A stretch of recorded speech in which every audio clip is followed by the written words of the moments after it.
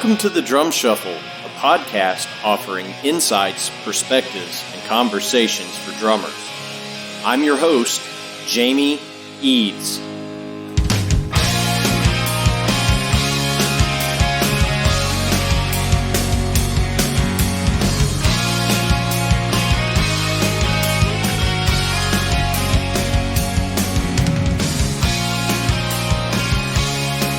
Hey, how's it going out there, everybody? Welcome to the Drum Shuffle. Jamie Eads joining you as I do each and every week. This is episode 129. I hope everybody's having a great week out there. We're having a good week over here at the Drum Shuffle World Headquarters. We've got a great interview for you today. We are going to be joined by Dylan Howard of Aeges here in just a moment. He's got a lot of good stuff going on, and we had a great conversation, and you will hear that right after this message from our sponsor, Los Cabos Drumsticks. The best kept secret for drummers is finally out. Los Cabos Drumsticks may look like the sticks you grew up with, but these are not your father's drumsticks. Los Cabos Drumsticks is Canada's #1 drumstick brand, and they are coming to a retailer near you. With operations in over 28 countries worldwide, thousands of drummers have already discovered the Los Cabos difference. Using FSC certified wood from Canada and the US, Los Cabos make the finest quality drumsticks, percussion tools, and accessories on the market. The best news, Los Cabos Drumsticks offers you a ton of choice. They have 22 individual drumstick models and 14 percussion tools, many of which are available in 3 different wood types: maple, white hickory, and red hickory. Red hickory comes from the center or heart of the hickory tree and has been independently proven to be both stronger and more elastic than white hickory without adding a lot of weight. While most drumstick manufacturers have shunned red hickory, Los Cabos Drumsticks has embraced it, becoming the only established stick brand in the world to offer a full line of red hickory drumsticks. To learn more about Los Cabos Drumsticks, visit them online at loscabosdrumsticks.com. Follow them on Facebook, Twitter, or Instagram, and don't forget to ask for Los Cabos Drumsticks at your favorite retailer. Dare to be different. Join the Red Hickory Revolution with Los Cabos Drumsticks. All right, guys and girls, as I mentioned before the break, we're going to be joined by Aeges drummer Dylan Howard here in just a second. Dylan is just a great guy, a total bundle of energy, super drummer, super great human being. Aeges just put out a new music video a couple of weeks back for their song Colors. Just a fantastic band that's doing great work out in Southern California. I know that they're really excited about getting back out on the road here very, very soon. Dylan also spent some time playing in a great band called The Vitals. If you're not hip to them, you need to check that out as well. But we had a great conversation, and I know you're going to get a lot out of this. So please help me welcome to the Drum Shuffle, Dylan Howard. Dylan, what's up, brother? How are you, man? Oh, yeah, dude. I'm doing great, dude. Just having a lovely afternoon here in LA. Just got myself another cup of coffee and ready to rip, dude. Okay, good. So you're going to be well caffeinated for this. Yeah, I guess so. You know, I'm kind of one of those all-day coffee drinker kind of dudes, you know, so that's my thing, dude. Yeah, for sure, Love man. Me too. So good. We'll both be well caffeinated for an episode of the Drum Shuffle. Thanks for taking time to do this, man. I appreciate it. So let's do this before we do a deep dive into your career and everything, because we will for sure. Okay. But how are things in LA right now? I don't want to spend too much time because I think we're all pandemicked out, but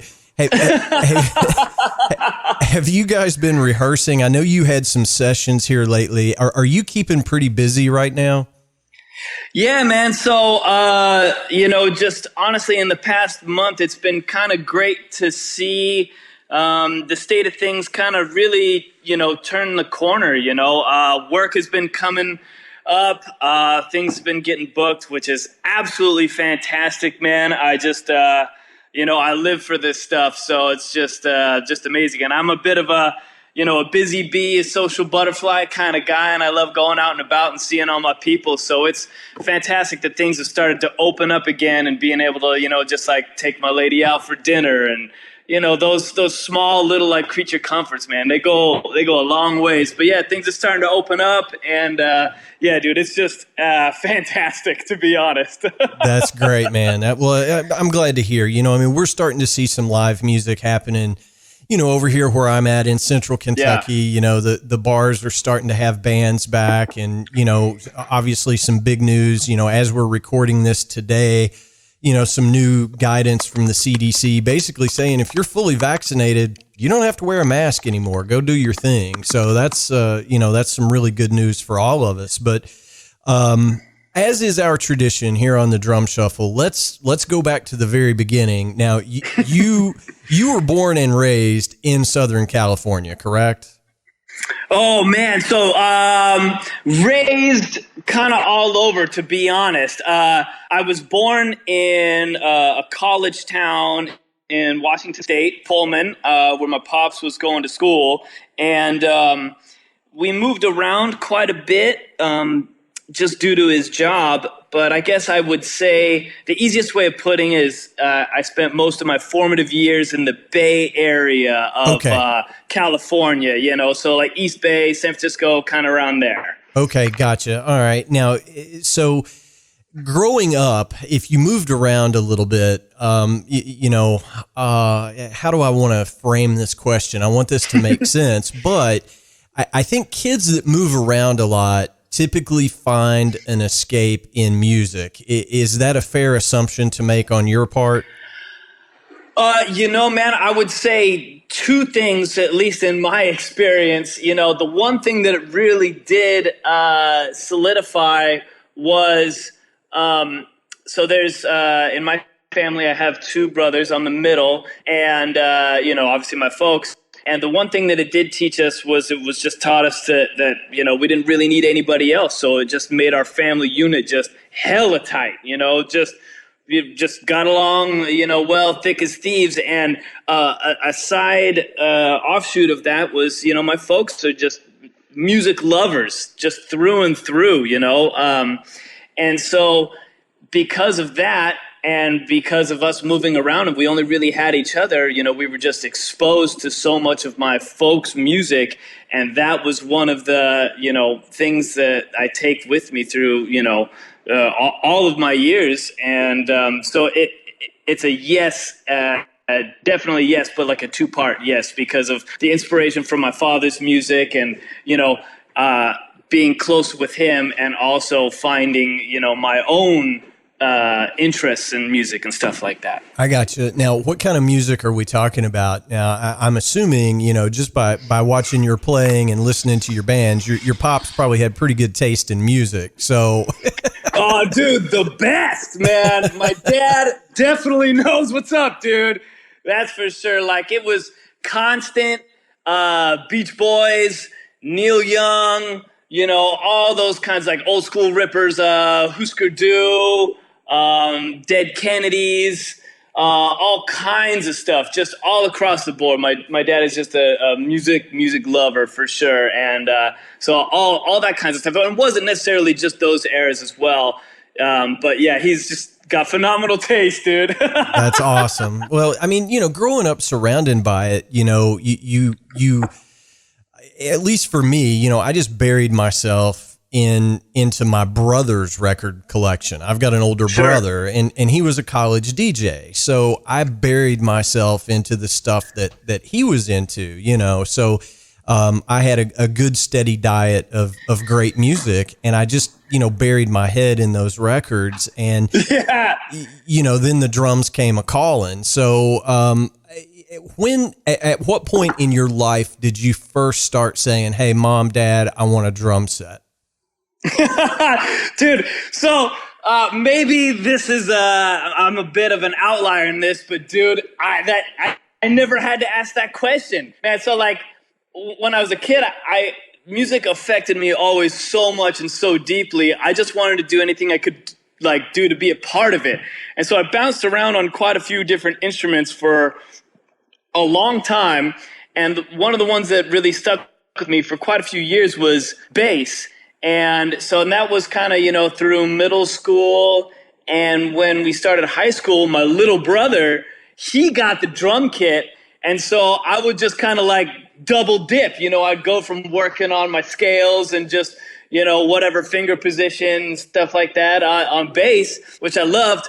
But then, dude, when I just sat down behind a kit, it just all made sense. And so I never really had to say, yo, Pops, hook it up with the kit. It was just like it was there for me to just get and jam on whenever I wanted. And then that just kind of eventually took over because obviously, clearly drums just rule, dude. So yeah, for sure. Well, so that's cool. So now just the next obvious question, since it was you three boys, were you guys doing your own bands? Like, were you creating brother bands, or were you playing with other kids from school? I mean, how were those, first bands? How did you put those together, I guess, is what I'm ultimately asking. So, yes and a no. So my older brother is, he's definitely like really musically inclined, but his passion is more in the visual arts, right? So he's a graphic designer, a painter, all that stuff, but he's always played and things like that. But we never really did much jamming until many years later. But my younger brother and I, we definitely, get together and jam. He's a guitar player, amazing musician, composer, all that stuff. And so we definitely would get deep on some jams and all that stuff. And then, fast forward many years to, now living in LA. I mean, Trev and I gig together all the time, dude. We have a blast, rip it up, dude. It's the greatest thing ever, so. Yeah. Okay, cool. So in your early formative years, you had the drum set at home, that belonged to your brother. You are kind of transitioning from bass to drums. Did you do, did you do any kind of formal drum lessons, or are you completely self-taught?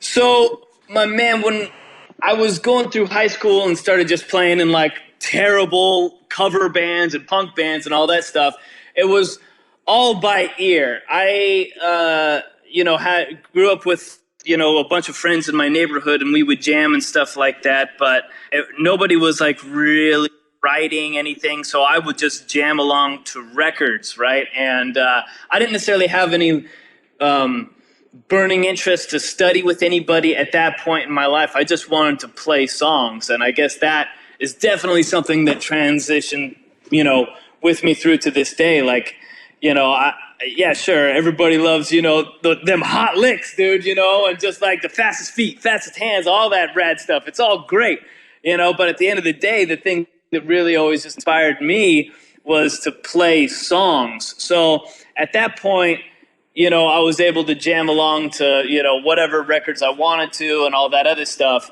But then when I really got serious and moved to LA, that's when I was like, all right, dude, got to put the big boy pants on, just right. And then the left, like, cool. I got to figure out what the hell a paradiddle is. I got to figure out all this stuff. I probably had some crazy grip action going on, getting blisters on my hands constantly. Probably looked like a total fool with my mouth hanging open when I was jamming. All that good stuff, dude. So when I got to LA many years later, that's when I was like, all right, cool, let's do this for real.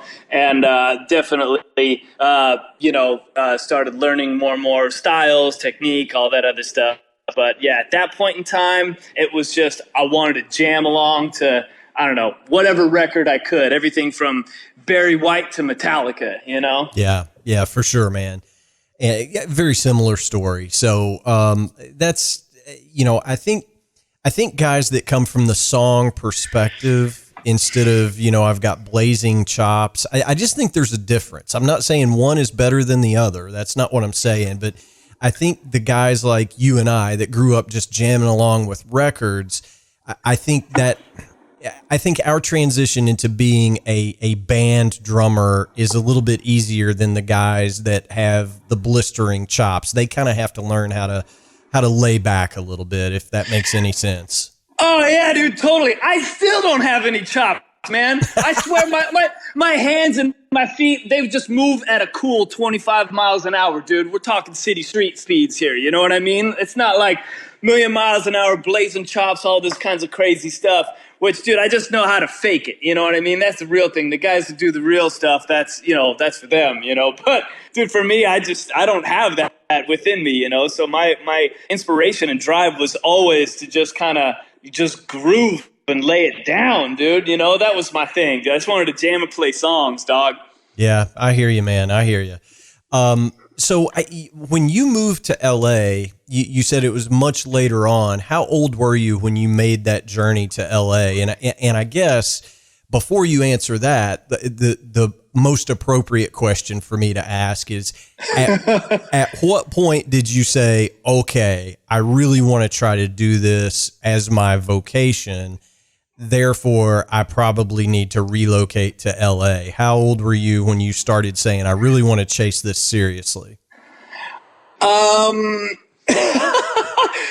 So that's, it's also a bit of a, windy kind of answer, my man. Straight up, from the first time I ever heard, Pet Sounds or, I don't know, any of those old Tower Power records or anything like that when I was a kid, that's really all I ever wanted to do with my life. Straight up, that was it. But, after I finished high school, I was just not in a scene of a music scene that could, somebody could actually thrive in, right? And I didn't really kind of know how to approach that, pursue it. And so, long story short, when I graduated high school, I was 17 and just on the cusp of turning 18. And I just went to, a regular college, man, for 2 years. And, man, let me tell you this, dude. That was the best and worst 2 years of my entire life, dude. It was, and it was that for this. In terms of life fulfillment, it was the worst kind of personal purgatory that anybody could ever put themselves through, because I just didn't know how to do what I wanted to do with my life. I was out there, believe it or not, dude, my major, because I had to declare when I went to college, it was fruit science, bro. Fruit science, right? So no joke. First week of classes, I get in there and, I'm just kind of looking like this Hesher kind of kid, long hair, whatever, dude, and I roll into these classes and I'm in there with these guys with cowboy hats on and some Wranglers and boots. And that first week, part of the class was we had to shovel these walnuts into this big, dumpster container thing. And I was just like, maybe this is somebody else's dream, but it's certainly not mine, dude. So by the worst, I meant it was that, but by the best, I meant that it took me a minute to kind of turn my thinking around, and a lot of that was due to my mom as well. But she definitely gave me the push that I needed. But it was the best in terms of just really teaching me, this isn't what I'm supposed to do. This isn't what I want to do with my life. So that when I finally did, get out of the town that I was living in and going to college, that I really, really just pursued music as hard as I could. I mean, that's it. It was the worst and the best, and that was the kind of thing. It wasn't just okay, cool, I was born and raised living in LA or, somewhere cool that had all the cool gigs and all this other stuff. It was, I had to subject myself to some kind of personal purgatory and, whatever, turn it around, and that's kind of the best thing about it. Cause I think that really, changed my focus on how I, have pursued any gig, man, and all that kind of stuff. So that was a really long answer, my dude. No, no, that's great. I think it says a lot And that's what we're going after. When we talk to all you incredible guys and girls that have chosen this instrument as your vocation, we want to know what makes you tick. And, hearing the stories of, so many great players that are like, I don't know, I was a short order cook at IHOP, for 5 years. We've had those stories, right? And I think it really does. It puts in perspective, if you've never done anything else, right? You might take it for granted. I don't know that because I'm like you. I had to go, work at Pizza Hut and, the security guard jobs and, all that craziness till I could figure out, nah, man, this is, this must be somebody else's dream, but it's certainly not mine. So I think that's very telling. So when you made the move to LA, when you decided, okay, I'm really going to chase this, I'm going to go to LA, and as you said earlier, put on the big boy pants. That's right? It, man. So when you got to LA, that's a tough scene to break into. Talk to us a little bit about that. Moving to town, did you know anybody there? How did you start getting your name in those circles? Oh, dude, it was tough, right? I didn't know a single soul in LA besides my big brother. So my big brother was already down here going to college, and I just straight up moved in with him, man. And that was the best thing that could have happened because, like I mentioned earlier, we're all pretty tight, my brothers and I. And so it didn't feel like I was 100% all alone in this endeavor, but getting down into town, it was rough, dude. Just you don't know anybody, so where do you start? At the absolute bottom, dude. I swear, bro, I've played the worst songs and the worst gigs of all time. You know what I mean? Multiple times over. Just to slug your way up through, okay, cool. So you're playing, a terrible gig here, you're doing a terrible gig there, but this guy's kind of cool and or the bass player's cool or the guitar player's cool. And, you kind of just start networking from the bottom up, and then you're like, oh, you're talking to another guy on the gig and he's like, oh yeah, I'm going on this audition, it could be for whatever. And I'm like, oh dude, an audition? How you hear me knocking, dude? Yeah. Let me in. I got to know what's up. How do I get, in with these people that get called for auditions and stuff? And so, man, it took, years of just slugging away and just doing a ton of awful gigs, which 99% of them didn't pay anything. It's funny, right? Because it's like, so many of these gigs out down here, you got to pay for parking or whatever. The load-in situation is terrible. And you're already broke. So, you're like, all right, I'm parking, 3 blocks away and I got to lug my kid in for a 25-minute set of playing the world's worst music, But that's the thing. It's like, you got to have that attitude of just, I'm in this to win this,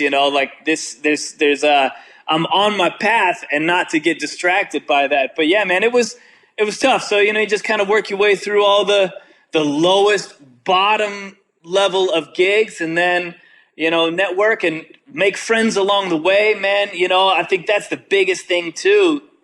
One of the biggest lessons I learned is that, of course there's always an exception, but man, just a good personality and just a good vibe goes so far and will genuinely take you so much further than if you approach things with the chip on your shoulder. You're like, I'm not getting paid for this gig, or oh, man, I got to drive, 2 hours for this gig to the sound guy and my girlfriend, that attitude will never get you anywhere. And so I think just that was the one thing I was just always so thankful to be gigging and actually doing it. I had to borrow, I think, $1,100 from my folks for a real drum kit and some terrible cymbals and some used hardware just to start getting going. And man, I was just so stoked to be doing any gigs, So that was the vibe, man. It was just like, get into town and just kind of work your way through it, and be a good dude and just make some friends and just slowly slug away through the ranks, man. And that was essentially the whole approach, and that's kind of how it worked out. So, it's a windy path, brother. It's a windy path. Yeah, man, it is. And, I say this on this show all the time. You have to treat every gig the same. And that is, you have to be a pro, and I've told this story on here before, and there's kind of a running joke on the podcast that, knowing how to play Brick House and Brown Eyed Girl, right? In the wedding band, like, that's a real thing. I never want to hear those songs again. But if I got a gig next weekend, a wedding reception, I'm going to be playing Brick House and Brown Eyed Girl, and you'd better lay it down, right? Oh, dude, you better lay it down, and you better be stoked about it. You know what I mean? Straight up. Yeah. And, I've had gigs where it was just, horrible, country music or whatever, but you never know, man. The guitarist on that gig may be starting a really hip rock band next week. And if you do a good job on his country gig, he may call you, and you have to treat every opportunity like that. Oh, that's exactly it, man. That's like, I think the epitome of real good networking. It's just like, you show up on a gig, good attitude, you do the thing, you put your best foot forward, and somebody that, they might have another gig a month later, next week, and then something falls through with their other drummer or other musician, and then, you might get referred to that. And that's exactly how it happens, dude. Show up prepared, good attitude, all that stuff. It's just, man, the proof is in the pudding right there, man, straight up. Absolutely. So, after going through, your networking period in LA, what was the first success that you felt you started having, in the big city? Oh, man.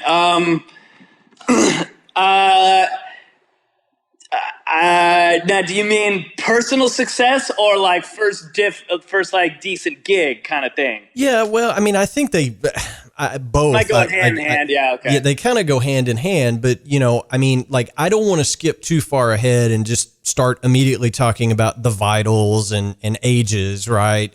So, what were some of the first stepping stone gigs, I guess, where you were like, Sure. "Hey, this isn't so bad. This is all right." Yeah, man.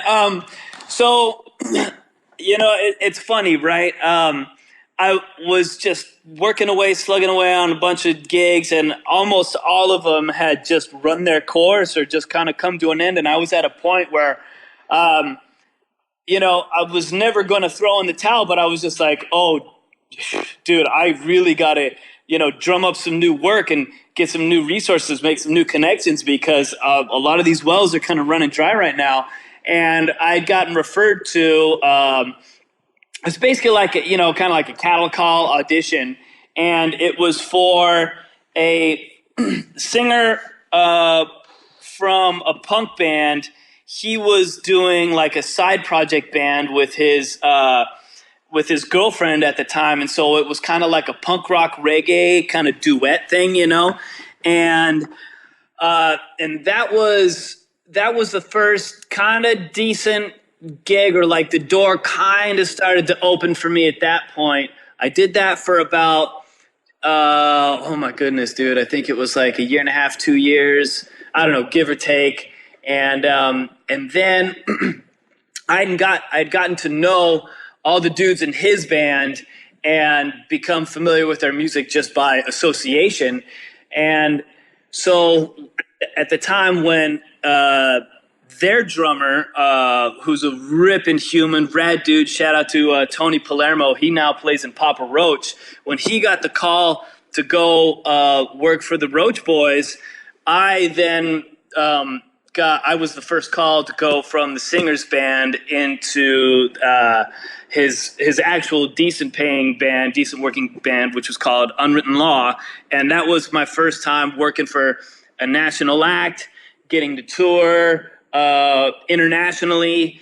And and really kind of being able to actually start paying some bills and living and stuff like that. And I guess the self-fulfillment side of that is when I was able to land my first endorsement, man. And it was, and that was with Vic Firth. And dude, I remember when I got that letter in the mail and read that, it was just like, I couldn't believe it. I think I read that letter like 100 times, just, over and over again. And it probably only had, like 25 words, okay, yeah, welcome to the Earth Artist family, ABC XYZ, here's your contact, and, send an email.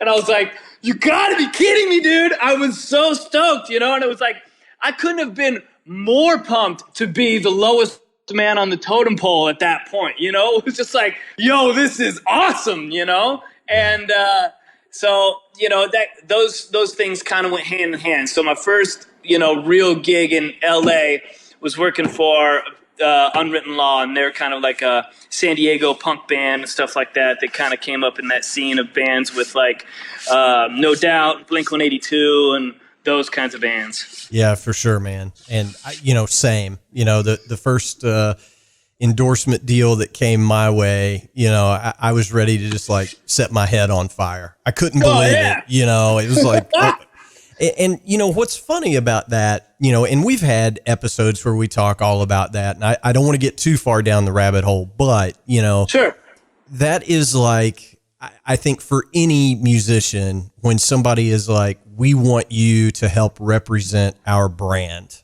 and sure, man, that is like the ultimate form of acceptance and approval. And it's like, I must be a professional now, right?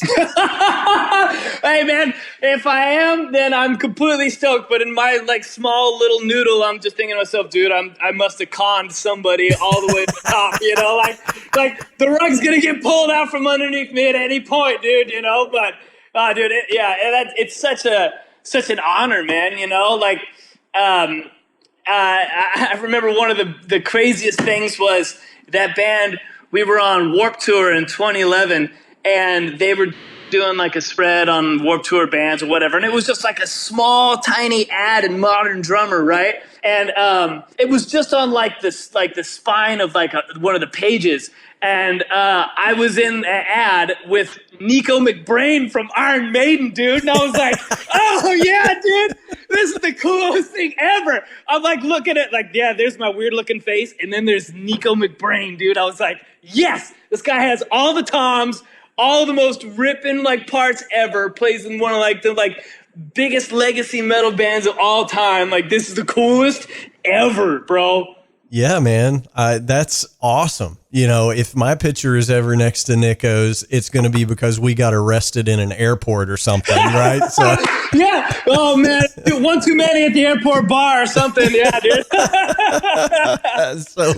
So kudos to you, Dylan. Oh man, like I said, dude, path of life is a windy one, brother. It's crazy, No doubt, man. Well, that's awesome. That's fantastic.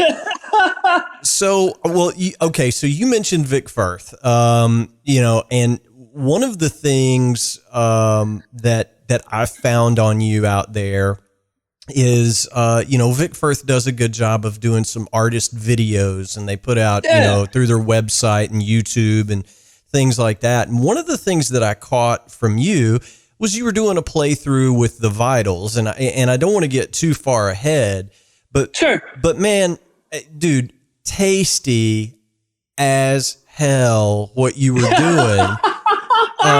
It was just this great, like, right hand, left hand unison kind of groove, man. It was almost like you had been playing in a Texas blues shuffle band for 30 years. It was, I was just watching it. I was like, wow, man, he's got an amazing left hand. It was just really cool stuff. But those are the kind of opportunities that you get with companies, like for you with Vic Firth, for me with Los Cabos drumsticks, it's the artist support. They really, you're helping them sell product, but they're helping get your name to a larger audience as well. I mean, and it's really cool. Dude, that kind of stuff is so damn flattering. it almost, it almost makes me feel uncomfortable sometimes because, like in my mind, those opportunities should go to dudes, like the legends, the guys that are really on the forefront of just like I don't know, everything, like taste and just like dudes like Vinny Colaiuta should be like doing all those videos exclusively. You know what I mean? Yeah. Or like that's the kind of guy, or like Dave Garibaldi, where it's just like, yo, dude, let me hear some dudes that really know what's up. But I digress. I guess my main point being, it's extremely flattering, and I just was, I'm thankful for any of the opportunities that I've had along the way. If there's, I know what it meant to me to be inspired as a young kid that really was just trying to learn how to play, period, And I know what those players and those songs meant to me. And if in some weird, random, bizarro universe, somebody feels that way about anything that I'm able to leave behind, then, I think my purpose in life is fulfilled. It's just an absolute incredible opportunity to be given that. I think, it's very humbling, bro. It's very humbling. Yeah, well, I think you might be being a little bit shy there because, man, let's face it, okay? Your playing is great. And, I just think I feel the exact same way. Everything that you just said, ditto, right? I mean, I really do feel that way. But at the same time, there has to be a passing of the torch at some point, right? Of course. And look, if I'm not saying this would ever happen in some random bizarro universe that, somebody like, I don't know, one of my idols, Charlie Watts would say, here, Jamie, here's the torch, take it. That's not going to happen. But at some point, somebody's got to pick up the flag and keep running up the hill. And, it's going to be dudes like you and me. That's a great way of putting it, my man. It's definitely 100% true. I'm just never one to toot my own horn or fly my own flag, but you're 100% correct, bro. And that's really what it is, especially when you're a part of like, newer music that might connect to a younger generation of people. And maybe you got like, I don't know, a cool creative thing, or maybe you're just doing the same thing that's been doing since drumming started, and you're just doing it well enough to connect with a young, impressionable person, or an old school cat that's been around that's like, yo, this guy knows what's up. And that's kind of what you live for, right? Yeah, for sure. Well, I mean, I'm just glad that there's guys your age out there in these bands that actually have a real life drummer with a heartbeat that goes into the studio and records drum parts. I mean, because that's becoming more of the exception than the rule, I think, Yeah, it's definitely been interesting, man. The last handful of years, the man, being a musician, there's like, it's the greatest thing, but it also is a very think on your feet, constant adjustment, going with the flow kind of lifestyle. And so for me, just trying to find out where I fit in as, this new technology or, new styles and all these things, not too, maybe it was about 2 years ago or something like that. I was working for this, this pop band, and it was my first time touring with where the kit was fully triggered. Like every single thing on the kit was triggered. I mean, I've done that in the past, but with just like, say maybe a pad here or a pad there or whatever. But the kit on this tour was fully triggered. And at first, I think just out of inexperience, I was, a little like, oh man, I don't know about that. But honestly, at the end of the day, doing those shows, it really kind of like changed my mind and how I think about those kinds of things. And so looking forward to, whether it's whatever kind of session I might get called for now, or whatever kind of production the client is going for, trying to find the right path to complement the music and dial in those songs and really connect with the artist and with the listener. it's definitely an always, evolving and ever-changing kind of landscape. And so I totally know what you're saying. One of the things that stokes me the hardest is if I got to play on, like an alternative track or hip hop track, and there's, a bunch of programming already in there, and, what the song calls for is just a straight up, quarter notes on the hat and a big fat 1 and 3, 2 and 4, just right in the chorus, drop it in, a crash coming out of it.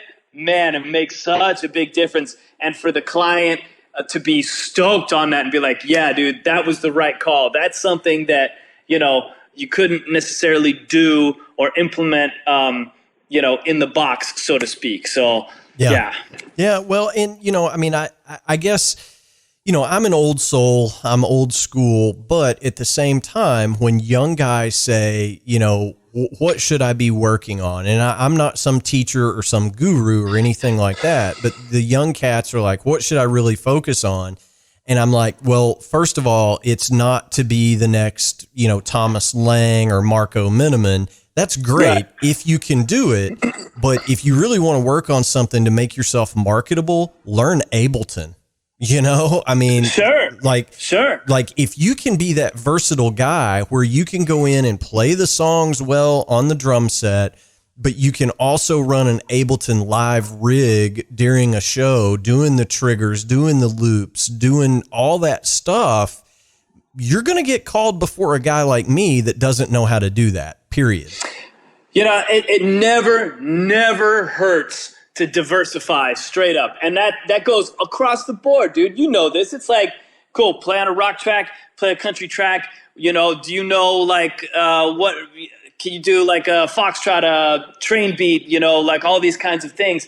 It can never hurt to diversify your knowledge in your area of expertise, right? So whether that's just drumming or maybe you want to just say music in general, right? So knowing how to, run Pro Tools and Logic or Digital Performer or any of these other, platforms, in addition to honing your craft, that can never hurt and can never be a drawback for your appeal for a gig, for work, opportunities, Yeah, for sure, man. I remember around here, the Nashville number system is like a real thing. When you go on a studio call, everybody's using numbers, right? And the first half a dozen times I was in that situation, it was like everybody in the room was speaking Chinese except me. I had no idea what was going on. And I worked with a bass player who was like, man, this is really easy. We do this so that we can change the key of the song and everybody still knows what's going on, right? If you understand the basic premise. And just having a cursory knowledge of that has made me much more marketable. Like, I'm not lost anymore. You know what I'm saying? So, oh, dude, 100%. So, I think your point is well taken. Learn as much as you can about everything. It makes you more marketable, and the most marketable guy will often get the call for the gig.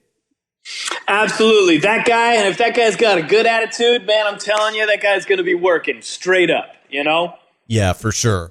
All right. So that was a fantastic rabbit hole that we just crawled out of. But I want to be respectful of your time. We got to talk about the two bands that dare I say you're best known for. First is the Vitals, right? And you guys had some good success in that band. And I want to mention that band because it was very unique in that you guys were a trio essentially with no bass player. So you had to really, as we say here in the South, you had to haul the mail. You had to be the.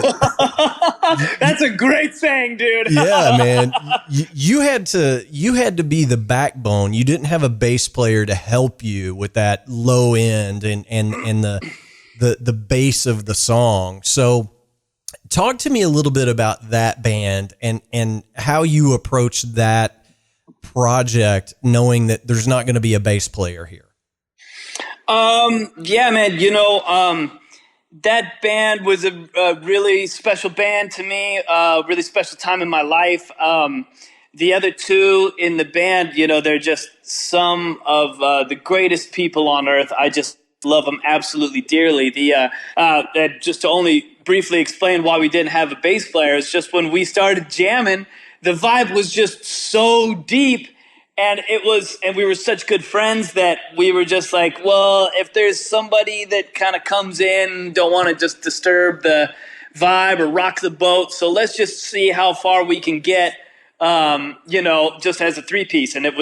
But the door was always open in case we ever, one of our friends or somebody came across and wanted to jam with us. But so anyways, that was the whole impetus for just being a three-piece. But man, the guitar player in that band, Henrik, he and I have been in and out of bands and friends for just so long and played together for so long as well that, it was the chemistry between us. And, it was like, I guess in a similar way, just like when, you have that real tight rhythm section, that when the bass and drums just really lock in and it's just like a unstoppable force. It was a very similar kind of thing that, Henrik and I have. And so when we approached working on new tunes and grooves and literally everything with that band, we always kind of came at it from that kind of perspective. And it was a really rad band, man.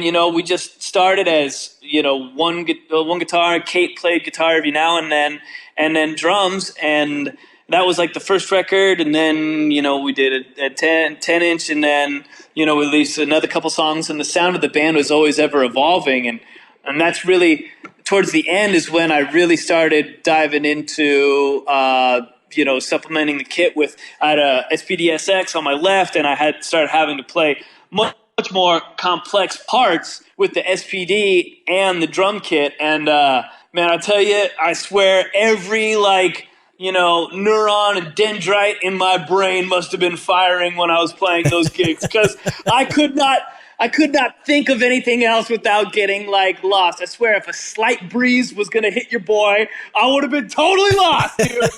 But man, it was really cool, and it was a really big growing experience for me in my life, and I was very thankful for it, and I just love the two of them dearly, man, and very, very proud of the music that we made, and it was a rad time, so.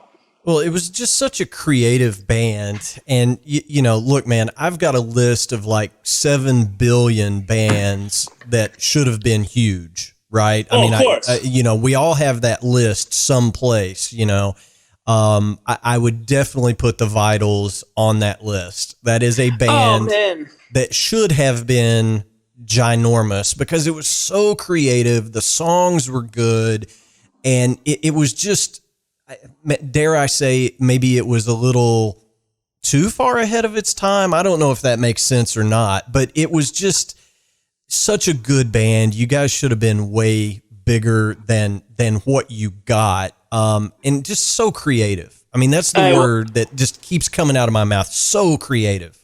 Hey, I appreciate that, bro. It was a rad time, and I think all of the three of us, I think, just had a really cool, unique chemistry, and I think that's that's the legacy the band leaves. You put on any of those tunes, there's an instant vibe, whether you like it or not, and it's undeniable. And I think that's one of the coolest things that I think we were able to achieve, and so I appreciate that, brother. Thank you, man. Yeah, you're welcome, man. And I'm sincere. I'm not just saying it. Now, and you're going to have to forgive me because I don't know exactly the timeline here, but when the Vitals sort of wrapped up, did you immediately start playing with Aeges, or did that come a little bit later on? Talk to me about how you ended up there.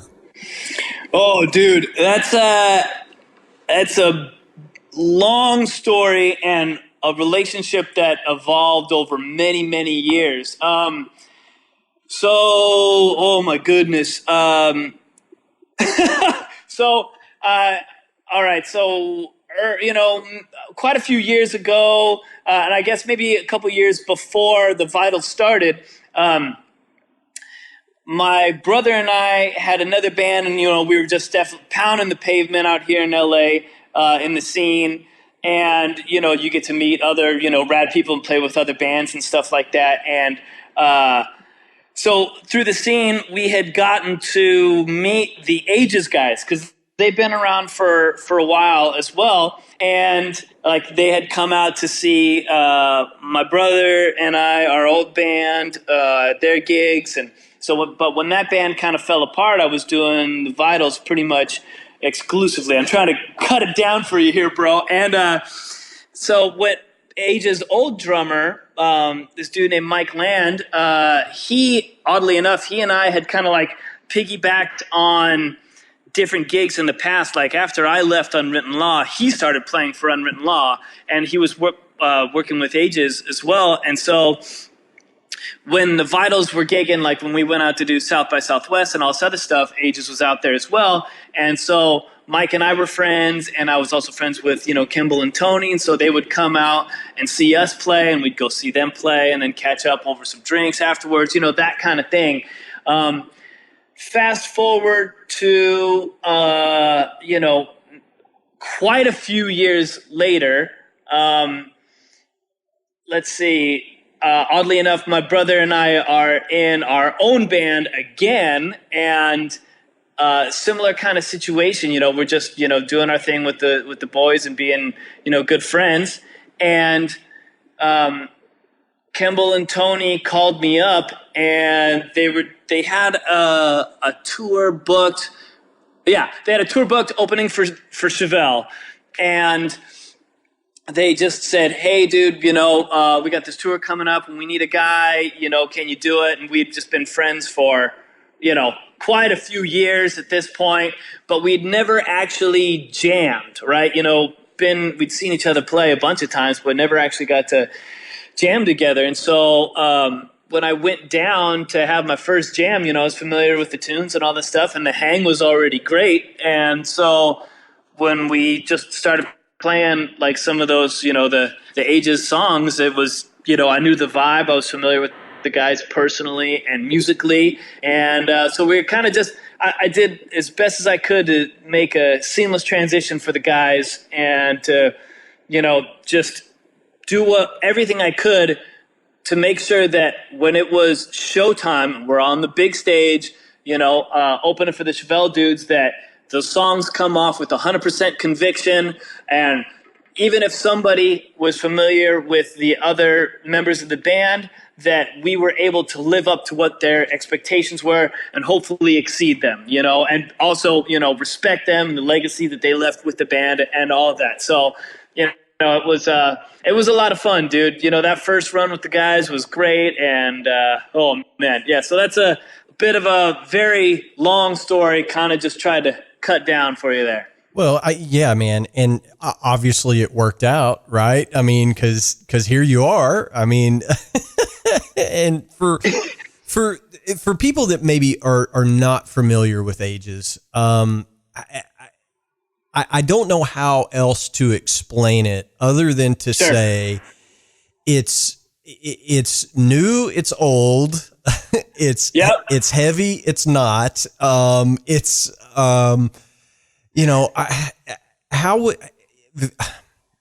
don't want to pigeonhole you guys with any of my listeners that aren't familiar, but so I hear Nine Inch Nails, I hear Foo Fighters, I hear you know what I'm saying? Like it's all of those things with great harmony vocals and a great vibe. I mean, what a great band, man. I mean, oh dude, thank you, bro.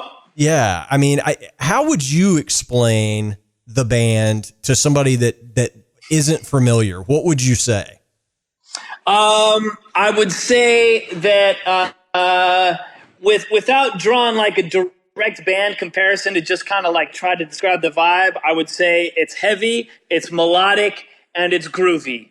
I think that's probably the easiest way of putting it, right? So if like heavy music, you're gonna love the big old riffs, and obviously everybody loves groove. Who doesn't? Nobody, and Kimball is just such a fantastic songwriter and singer, and his sense of melody is just through the roof, dude.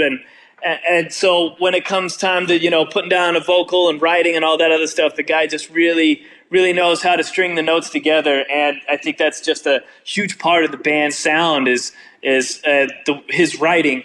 And yeah, so I guess that's kind of how I'd try to sum it up, Yeah, I mean, I think it's heavy enough for the guys that like the full leaded diet, right? Dude.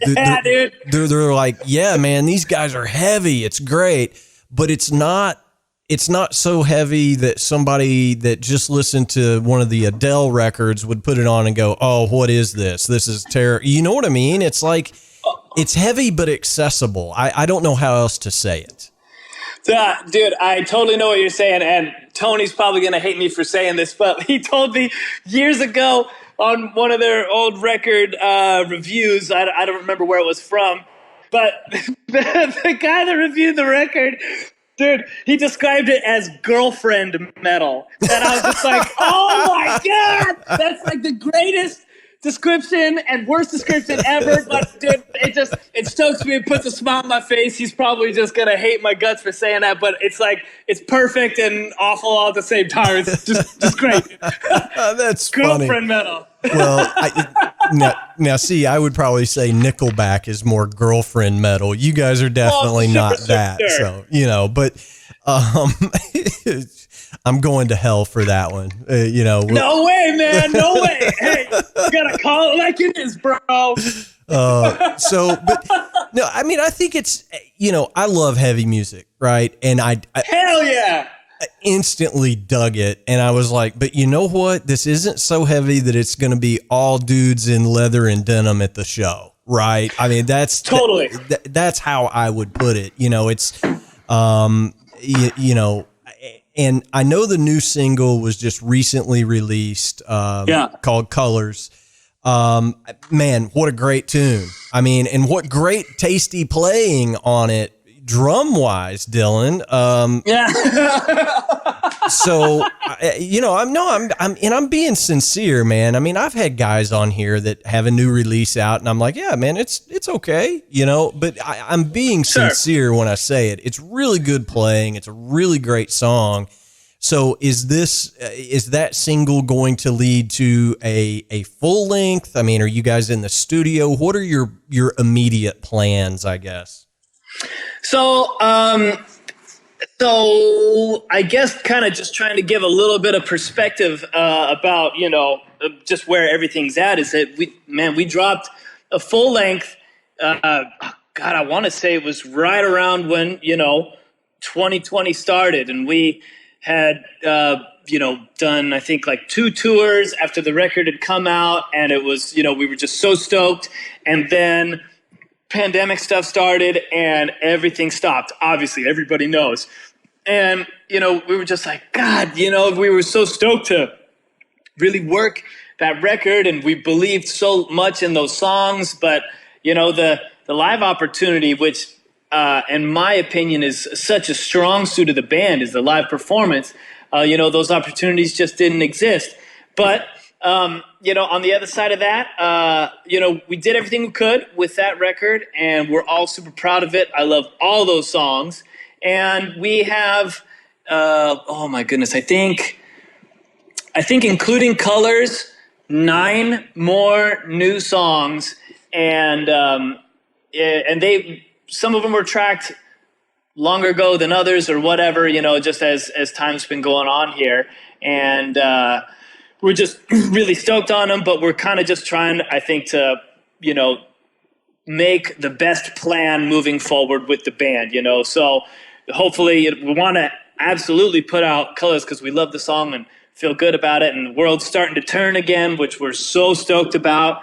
And so I think that we're just going to kind of play this by ear with the other tunes and see if we can get, some mileage out of these songs that, we all love so much, just because, when we put out the drum and full length, it, and then with the pandemic starting, it was just like, oh man, wish we could have spread that out over a longer period of time. And so I think we're kind of just playing it by ear right now with all these other tunes. But man, we got a bunch more rippers in the bag that I'm really stoked about, and Colors is the first one of them. So, and that one was definitely a lot of fun, man.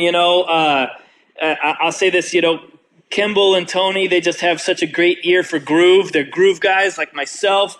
And so when, during the writing process, everybody's got just super rad ideas. And that's the best thing, man. I don't profess to have any answers, And so if somebody comes at me with, hey, you should start the song with this hot lick that goes, I'm like, if I thought of that, I'll be like, oh, that's going to be like, a stupid drummer thing. But because the singer told me to do it, I was like, that's dope. And it works perfectly with the song, And so like, I'm just, working with those guys is just so great. And again, so musical. And so I'm just really stoked on all the things that I've been able to be a part of with them. And also moving forward, the things to come out. And so I guess that's a long way of saying, we're going to try to just take it as it comes. And so hopefully, when we get some shows going and tours and stuff, we can put out all these new rippers, man, because we're really stoked on all the stuff we have in the bag right now. Yeah. Well, and, it goes without saying, the modern day music industry, the only way for any band to really make any money is based on the live shows. The touring is what pays the bills. Let's face it. And totally. I'm not trying to pass judgment on Spotify or iTunes or any of that stuff, but nobody wants to pay for music anymore. Or if they're willing to pay for music, it's through a subscription to a streaming service. And I don't know what kind of numbers you guys are getting, but, when Peter Frampton says, hey, one of my songs was downloaded 23 million times and I got a check for $1,500, there's a problem, right? So, yeah, dude, I think I totally hear what you're saying. And I think the big thing for all of us is, man, I'm just, one man. There's nothing that I'm going to do that's going to be able to change the state of music as it is currently. So what can we do? Like you said, pound the pavement, get out and play some shows, man. And, I think one of the cool things about the Aeges is that they, have really been able to dive into their kind of audience when they're people that they're like me that love, packaging. They love to be able to hold a record that's got like a rad, like, colorful splatter vinyl and like, you get to read the liner notes and all these things. I love that tangible aspect to music. And a lot of people that are into the band love that stuff as well. And so, it's just been a rad connection to be able to have with the audience of people that like the music, just get out there and do it and connect. And I say this, man, I really do think that, the studio songs, they're awesome because they have all the magic and all the bells and whistles, but man, there is nothing like a live show, dude, and I think that that's one of our strongest suits. And so that's kind of what's been able to, I think, always stoke me about being in the band and help us move forward. Yeah. Well, touche, and I agree with you completely. And I think that's why so many bands try to put out the best record they possibly can, because that is the gateway drug to get somebody to come see them when we roll into your town, right? I mean, totally. I think all bands prefer to have butts in seats over people just streaming the song while they're out for their jog or walking their dog or whatever. So, kudos to you guys. You guys are working with great producers. It sounds great. But yeah, for sure, everybody needs to get out and see live music before it all goes away. I mean, I totally agree with you. Yeah. Dylan, man, thank you so much. This has been great. I want to be respectful of your time. One of our traditions here on the Drum Shuffle, we ask all of our guests for a good piece of advice. You've offered up a bunch already, but as is the case, drummers are full of good advice. It's the coffee, bro. I'm telling you, it's that cup of coffee, dude. It did it. Send me over the edge. Well, just don't ask your girlfriend's dad, right? I mean, drummers, girlfriends, boyfriends, whatever. Your significant other's fathers probably think drummers are full of crap, but I think drummers are full of good advice. What is a good piece of advice that you would share with our crowd over here at the Drum Shuffle? You know, man, I guess it kind of touches on what I was saying earlier, but the